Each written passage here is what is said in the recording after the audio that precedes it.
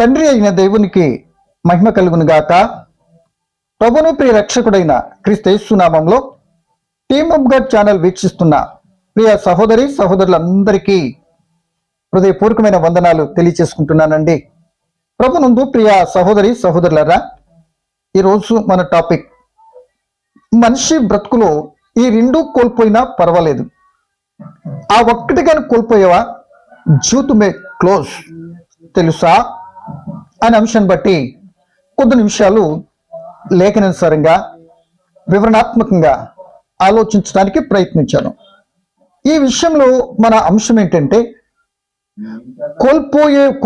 ఈ రెండు విషయాలు కోల్పోయినా పర్వాలేదు, కానీ ఆ ఒక్కటి కోల్పోతే బ్రతుకే క్లోజ్ అనే అంశం కదా.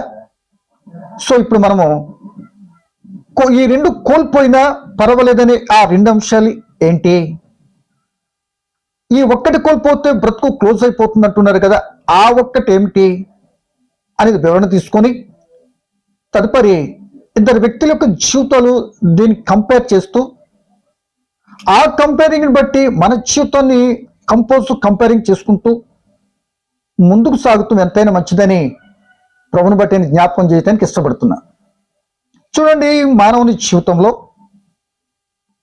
మరి ఆస్తి పోయినా పర్వాలేదు, ఈ ఆస్తి కొరకే ఎన్నో విధాల రాత్రనక పగలనక కష్టపడి కూడగడతాడు. చిత్రం ఏంటంటే ఆ ఆస్తియే కోల్పోయినా పర్వాలేదు, పెద్ద నష్టం లేదు, పెద్ద బాధపడవసరం లేదు. ఎందుకండి అంటారా, ఆ భగవంతుడు కృపను బట్టి నీకు ఆయుష్నిస్తే మరలా తిరిగి దాన్ని పొందుకునే అవకాశం ఉంది కనుక నో ప్రాబ్లం, పర్వాలే. ఎలాగంటే ఒకరు యోబు గారు అన్నీ పోగొట్టుకున్నాడు, చివరికి రెండంతలు పొందుకున్నట్లు ఉదాహరణ కనపడుతుందిగా. అందుకే ఆస్తి పోయినా పర్వాలేదు ఒకటి. రెండు, ఆరోగ్యం పోయి వ్యాధి కలత నలతతో ఇక నేను బ్రతుకుతానంటావా అనే స్థితిలోనికి వచ్చేసేవే అనుకో, అయినా పర్వాలేదు. ఎందుకంటే ఆ కృపగలిగిన తండ్రి నిన్ను జ్ఞాపకం చేసుకొని ఒక మాటగానే పలికాడా, తప్పనిసరిగా నువ్వు ఆరోగ్యవంతుడు అవటానికి అవకాశం ఉంది. సో శరీర సంబంధమైనటువంటి విధానంలో ఆలోచిస్తే ఆ శరీర బలహీనతలకి వైద్యం చేయటానికి డాక్టర్లు ఉన్నారు, వారి దగ్గరికి వెళ్ళి ఏం చేయాలి, మనం కూడా వైద్యం చేయించుకొని ఆయన కృపను బట్టి మరలా తిరిగి ఆరోగ్యవంతులుగా రావటానికి అవకాశం ఉంది. అదే యోబు గారిని తీసుకున్న ఒక రకంగా. ఆ రెండవ ఉదాహరణ తీసుకుంటే 12 సంవత్సరాల రక్తస్రావంతో కలిగిన స్త్రీని యేసు ప్రభులు వారు స్వస్థపరిస్తే మరలా ఆ వ్యాధి బలత నుండి విడుదల పొంది ఆమె మనిషిగా మరలా సమాజంలో బ్రతకలేదా? బ్రతికిందిగా. అందుకే ఆస్తి ఆరోగ్యం ఈ రెండు పైన మనిషి జీవితానికి పెద్ద నష్టమేమి వాటిల్లదు, పర్వాలేదు. ఎందుకంటే అవి రిస్టోర్ చేసుకుంటానికి ఆ భగవంతుని కృప ఉంటే చేసుకోవటానికి అవకాశం ఉంటుంది, తద్వారా పెద్ద నష్టమేమి వాటిల్లట్లేదు ఈ రెండు.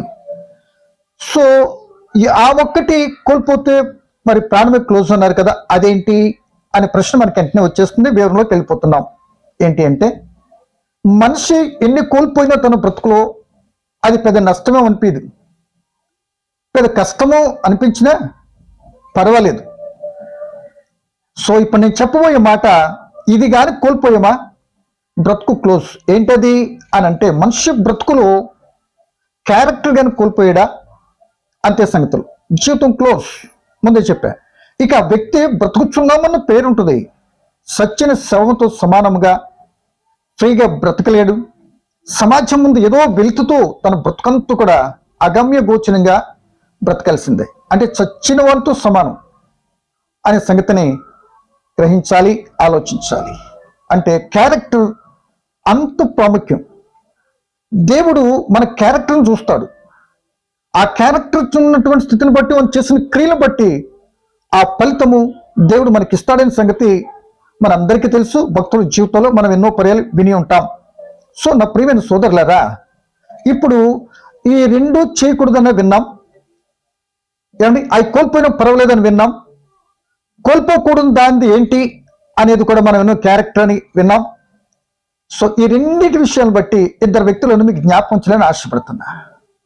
ఎవరు ఇద్దరు వ్యక్తులు అని అంటే, ఇద్దరు తండ్రి కొడుకులే, ఇద్దరు రాజులే, ఇద్దరు ఏకచక్రాధిపతిగా 40 సంవత్సరాలు ఆ రాజ్యాన్ని పరిపాలించినటువంటి ఘనులే.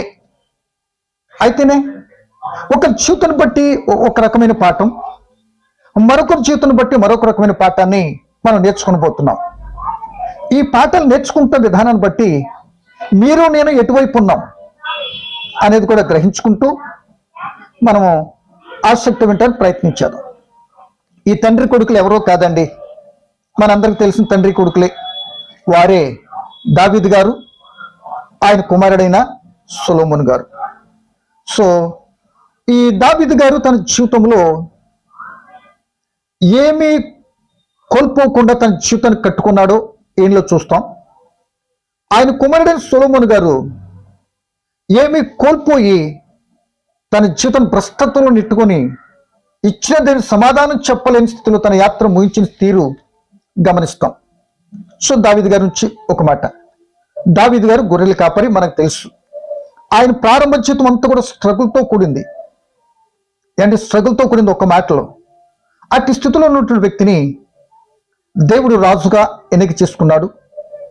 మొత్తం మీద ఆ రాజ్యానికి రావటానికి ఎన్నో ఇబ్బందికరమైన పరిస్థితులు పడవలసి వచ్చింది, ప్రాణాపాయ సంఘటనలు ఎదుర్కొనవలసి వచ్చింది. మొదటి రాజు అయిన సౌలు గారితో మొత్తం మీద ఎట్టకేళ్ళకి ఎదుర్కొన్నాడు, సహించాడు. మొత్తం మీద రాజు అయిపోయాడు. ఆయన ఇశ్రాయేల్ 12 గోత్రాలకు 2వ రాజు అయ్యాడు. ఆయన జీవితంలో 40 సంవత్సరాలు పరిపాలించాడు. ఈ 40 సంవత్సరాల చుట్టుపక్కల ప్రజలందరూ కూడా దావీదుగా ఇశ్రాయేల్ దేశం దడదడదడలాడిపోయేటట్టుగా, ఆ దేశం కన్నెత్తి చూసేటటువంటి ధైర్యం లేనటువంటి వారిగా, ఆ దేశానికి భయపడిపోయేటట్టుగా, మరి అంత ఘనతకెక్కిన రాజ్యంగా చక్కటి పరిపాలకుడిగా పరిపాలించాడు. సో అతని జీవితంలో కూడా చిన్న ఒక పల్లం జరిగింది. ఏం చేశాడంటే, ఆ బెత్షెబా విషయంలో తప్పిదము జరిగినప్పుడు తనకు కలిగిన నష్టం ఏంటో ప్రస్ఫుటంగా గ్రహించాడు. ఆయన ఆ గ్రహించిన వెంటనే దేవుని దగ్గరికి వెళ్ళాడు. అయ్యా నేను తప్పు చేశాను, నా జీవితం ఇలా అయిపోయింది. ఆ కుటుంబం అంతా కూడా నలిగిపోయాడు. కుటుంబ కలహాలు, కుటుంబంలోని చంపుకోవటం, రాజ్యంలో నెమ్మది లేదు, జీవితం అంతా కూడా గందరగోళం పడిపోయాడు. ఒక్కసారి ఆ క్యారెక్టర్ విషయంలో డ్యామేజ్ అయినందుకు గాను, అంటే ఆస్తి ఉంది, ఆరోగ్యం ఉంది, ఆ అంతస్తులు అన్నీ ఉన్నాయి, చిన్ని పొరపాటుకి అంత అతలాకుతలం అయిపోయింది దావీదు గారి జీవితం. సో ఆయనలో ఉన్న మంచి లక్షణం ఏంటంటే, బైబిల్ చరిత్ర అంతటిలో తప్పు చేసిన వ్యక్తి తప్పు దేవుని దగ్గరికి వెళ్ళి స్పష్టంగా ఒప్పుకొని మరలా తిరిగి రిస్టోర్ చేసుకొని చివరికి ఆయన బ్రతుకులో దేవునికి ఇష్టానుసరుడైన మనుషుడిగా తన జీవితం ముగించినట్లుగా ఎక్సలెంట్ అయిన దావీదు గారి జీవితం మనకు కనపడుద్ది. సో పొరపాటు జరిగింది, మరి దేవుని దగ్గర క్షమాపణ పొందుకున్నాడు. 51వ కీర్తన రాశాడు. తదుపరి దావీదు గారు ఎక్కడ కూడా పాపం చేసినట్లు మనకు కనపడదు. చూడండి, మొదటి రాజుల గ్రంథం 15వ అధ్యాయం 4వ వచనం చదువుతున్నాను. దావీదు హిత్తీయుడైన యూరియా సంగతి యందు తప్ప తన జీవిత దినములన్నీ యెహోవా దృష్టికి యథార్థంగా నడుచుకొనుచు యెహోవా తనకిచ్చిన ఆజ్ఞలు దేని విషయమందును తప్పిపోకుండెను. ఒక్క యూరియా భార్య విషయంలో తప్ప, అంటే ఇక అన్నిట్లో యథార్థంగా దేవుని నడుచుకున్నాడు.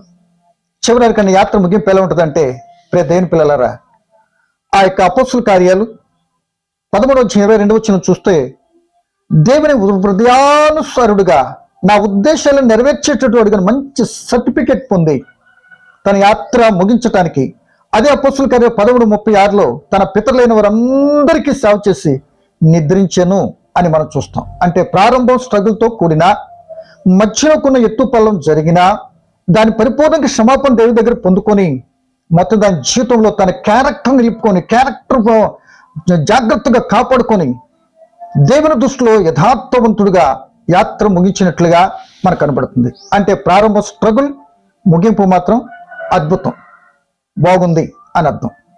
కనుక ఇది ఆయన జీవితంలో అన్నీ ఉన్న క్యారెక్టర్ పోలే, గుర్తుపెట్టుకోండి. ఈయన దావీదు గారు.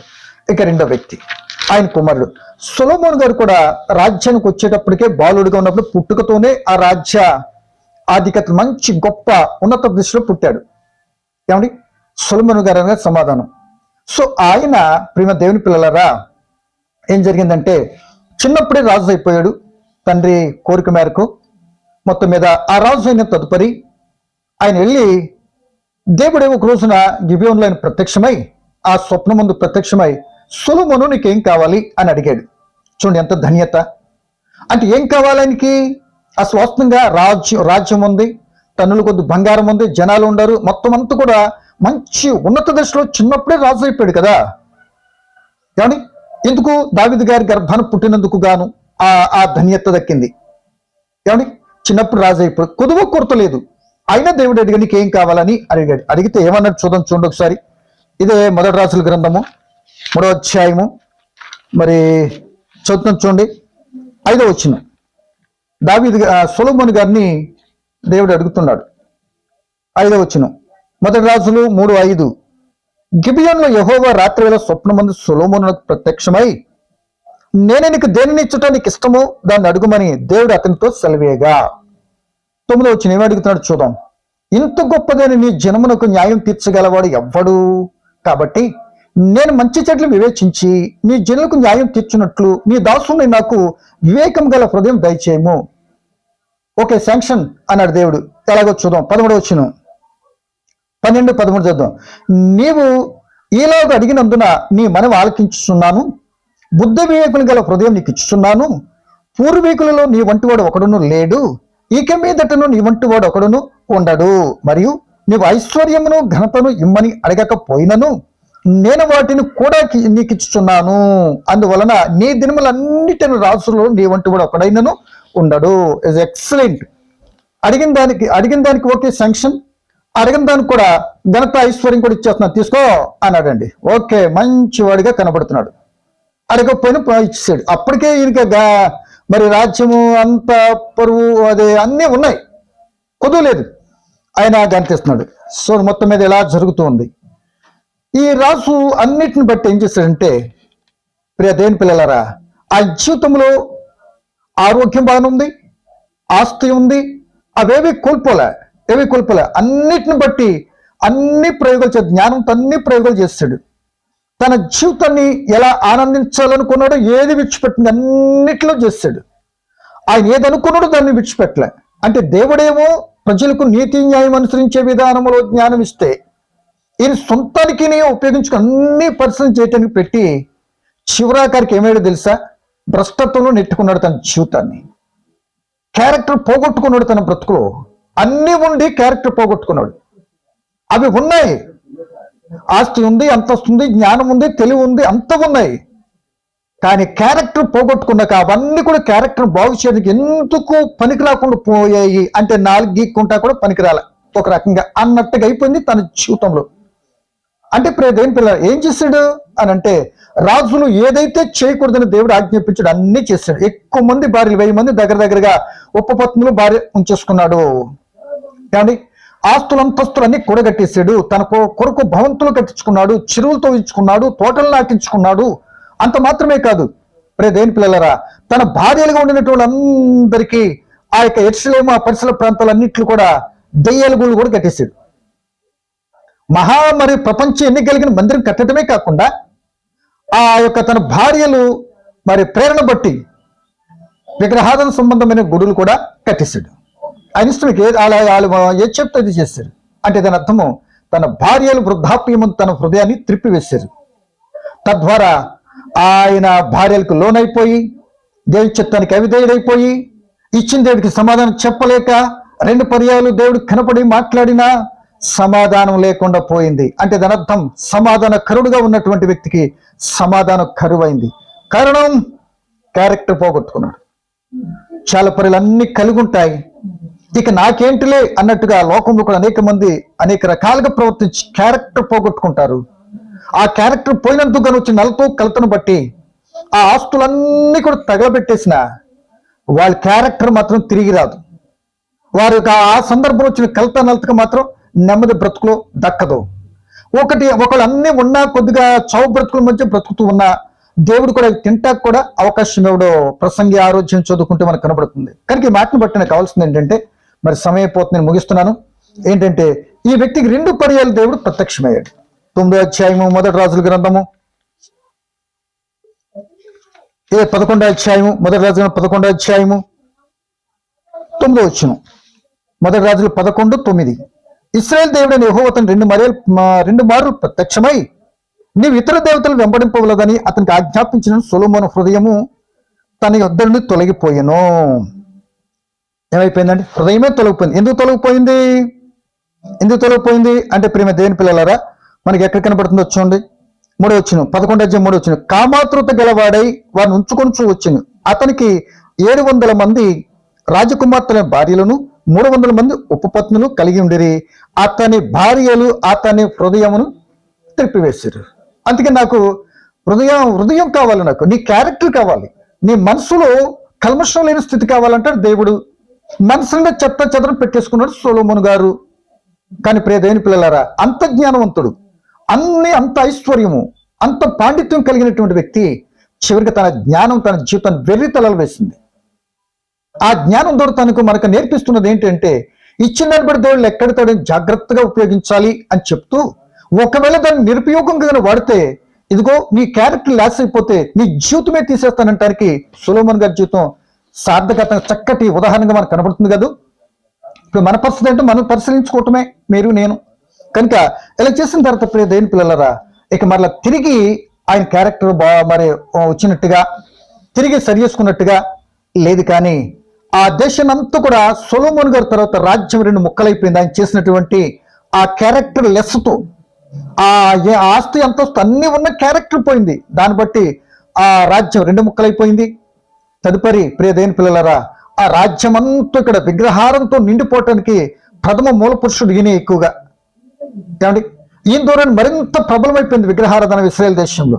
అంతకుముందు లేదని కాదు, ఉన్న అంతంత మాత్రంగా ఉన్న, అంటే ఇశ్రాయేల్ యొక్క జీవిత విధానం చూస్తే 2 in 1 క్యాండిడేట్ లేడు. అసలు అరణ్యంలో ప్రయాణం చేసేటప్పుడే దేవుని మార్చేసిన రకాల వాళ్ళు. ఏమండి, నంది దేవుడు అనేసాడు దేవుడు, అసలు విడిపించిన దేవుని వదిలేసి నంది దేవుడు అన్నటువంటిగా ఊరేగారు. 32వ అధ్యాయం నిర్గమాకాండం.